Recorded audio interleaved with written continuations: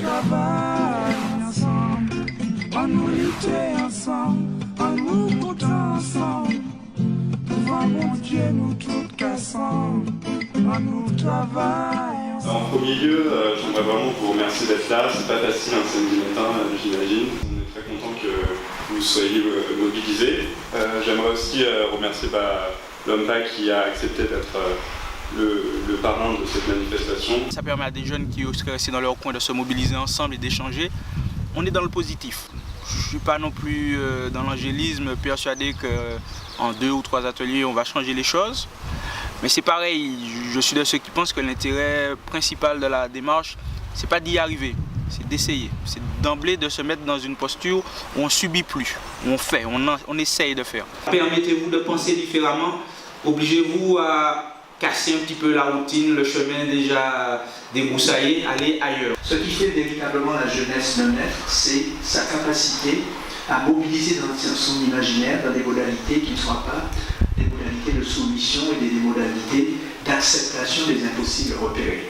Voilà, c'est quelques mots pour vous remercier encore et puis pour vous souhaiter une très très bonne journée de réflexion et de travail. Merci beaucoup.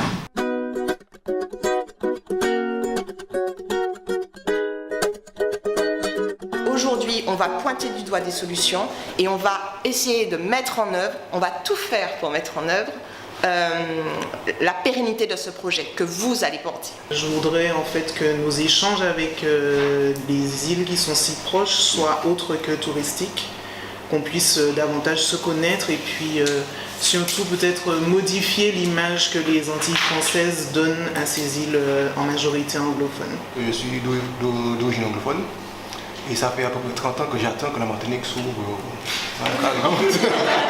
Pour aller en France, c'est 400 €, mais récemment, ils ont ouvert la ligne pour aller à Cuba, c'est 600 €.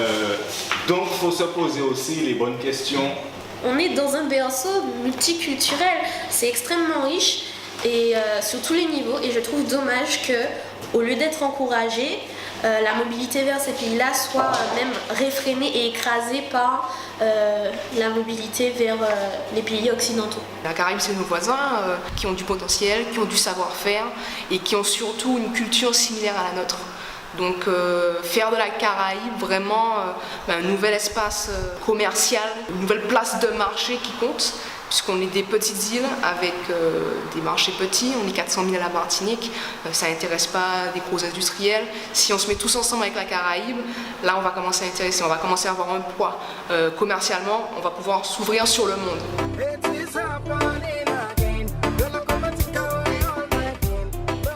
Nous, on fait partie de la génération Y ou la génération G, c'est-à-dire la génération généreuse. C'est-à-dire qu'on n'a pas besoin d'avoir de carottes ou d'avoir ce genre de choses pour pouvoir s'impliquer. Et c'est ça qu'il faut expliquer aux jeunes aujourd'hui. Ils ont le choix. Le choix, c'est quoi? C'est le choix d'être humain. On n'est pas des Martiniquais, on est des hommes on est des humains avant tout. Je pense qu'il serait intéressant d'avoir un organisme qui serait cofinancé par la région, la collectivité unique, l'État et les partenaires privés, tout ce que vous voulez, en fait, dans le cadre de la promotion de l'image des jeunes. J'ai compris que c'est ce qui vous faisait être ici aujourd'hui. Vous avez foi en ça. Donc peut-être, à mon avis, valoriser justement le bénévolat. Les difficultés qu'on peut rencontrer, c'est que les jeunes en ce moment, il y a un problème de confiance, ils sont méfiants. Donc on a beau vouloir faire des actions pour les valoriser, mais les institutions, les personnes qui sont derrière ces projets, comment on peut leur faire confiance? Do you ever feel like a plastic bag drifting through the wind? On est perdu face à ce marché de l'emploi là. On est tenté de baisser les bras à chaque fois qu'on n'a pas de réponse. On s'est rendu compte finalement que la complexité d'être un patron n'est pas si évidente. On ne peut pas faire du social tout le temps, on ne peut pas faire de l'assistanat tout le temps. Donc à un moment donné, ils ont dû fermer. J'ai choisi l'atelier emploi et formation parce qu'on souffre d'un chômage structurel en quelque sorte, c'est-à-dire qu'on utilise toujours les mêmes solutions pour les mêmes problèmes qui fait que les problèmes perdurent. L'idée c'est d'utiliser l'innovation de la pensée jeune pour créer de nouvelles filières. Au niveau du transport terrestre, c'est un très gros problème. À titre d'exemple, il y avait un mouvement qui a duré pour près d'un mois avec des bus, et donc les étudiants n'ont pas pu venir en cours, et c'est toujours eux qui sont victimes parce qu'ils n'ont pas encore nécessairement le permis, ils n'ont pas encore nécessairement une voiture, l'essence ça coûte cher, et la topographie à la Martinique ne permet pas de se déplacer en vélo ou à pied par tout le temps et tout le temps surtout. Certains, ils aiment regarder des séries, donc oui, ils vont te dire que regarder la télévision, les séries, l'ordinateur, ça va être un loisir. Pour toi, ça peut ne pas l'être. Donc c'est pas que toi, tu seras peut-être plus sport, les trucs traditionnels, donc sport, culture, musique, danse, tout ce que tu veux. Mais après, chacun voit midi en fait à sa porte. Donc si pour toi le loisir c'est faire des paniers en osier, ce seront tes loisirs. Exemple, imaginons qu'il y a un concert de Rihanna, c'est le concert de Rihanna, tout le monde voudrait y aller. Mais autour du concert de Rihanna, on peut, comment expliquer ça? On va profiter du concert de Rihanna pour ouvrir des magasins qui sont autour. Comme c'est qu'il y a tout le monde sur la Sephora de France ce soir-là, essayer d'ouvrir le magasin qui soit autour. Mais le problème c'est que comme tout le monde va au concert de Rihanna, personne ne va vouloir ouvrir le magasin.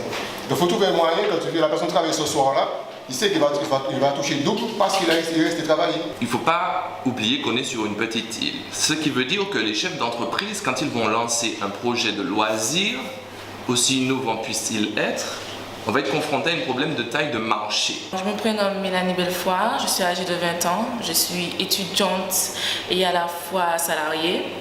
Donc j'ai mon BAFA, ce qui m'a intéressée de venir à l'atelier loisirs. Les jeunes aujourd'hui sont trop intéressés par ce qu'il y a à l'extérieur aussi.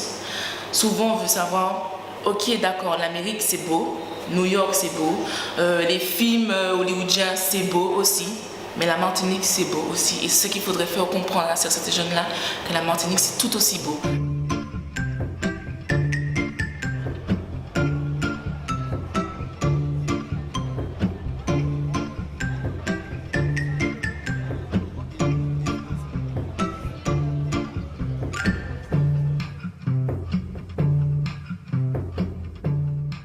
Ce matin, on a défini des enjeux et en fonction de ces enjeux, on a établi quelques actions à mener. Donc cet après-midi, il va falloir donc un peu plus rentrer dans le détail, c'est-à-dire définir le projet en lui-même, le porteur, les partenariats à établir. Ce matin, il avait un aspect assez irréel. Cet après-midi, le projet doit être réalisable.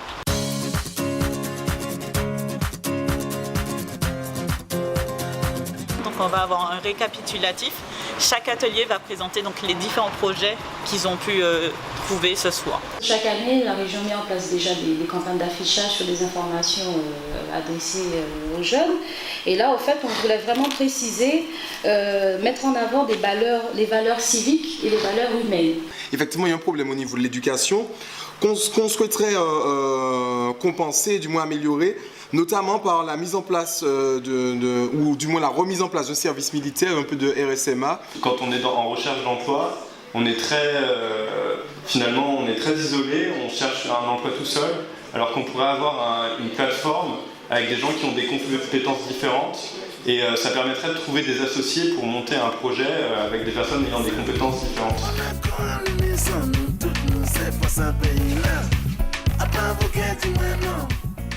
Beaucoup de jeunes sont venus avec des projets déjà à eux. Donc ils ont accepté de faire part de ces projets pour le livre blanc des jeunes. Donc je pense que pour les politiques, c'est intéressant. Il faudrait qu'ils lisent et qu'ils aident ces jeunes justement à monter leurs projets et à les aider jusqu'au bout pour ne pas que ça reste juste des idées. Un petit message pour les politiques, bon, j'espère que vous allez prendre en compte la vie des jeunes et aussi des étudiants que je représente. On entend beaucoup de paroles, on entend beaucoup de campagnes, on entend beaucoup de promesses. Donc voilà, il faut être crédible maintenant. Donnez-nous une chance. Moi, c'est tout ce que je demande, les élus, c'est donnez-nous une chance. On en a besoin. Nous, d'autant plus que nous sommes le lendemain. Nous sommes l'avenir. Donc si on n'agit pas aujourd'hui, demain, qui va le faire? On a beaucoup de choses à apporter. Des idées, des savoir-faire, des méthodes différentes. Donc il faut composer avec nos aînés qui ont l'expérience et nous qui avons de nouvelles idées, de nouveaux savoir-faire, de nouvelles techniques. Est-ce qu'on en a besoin? Je pense que la question est dans la réponse.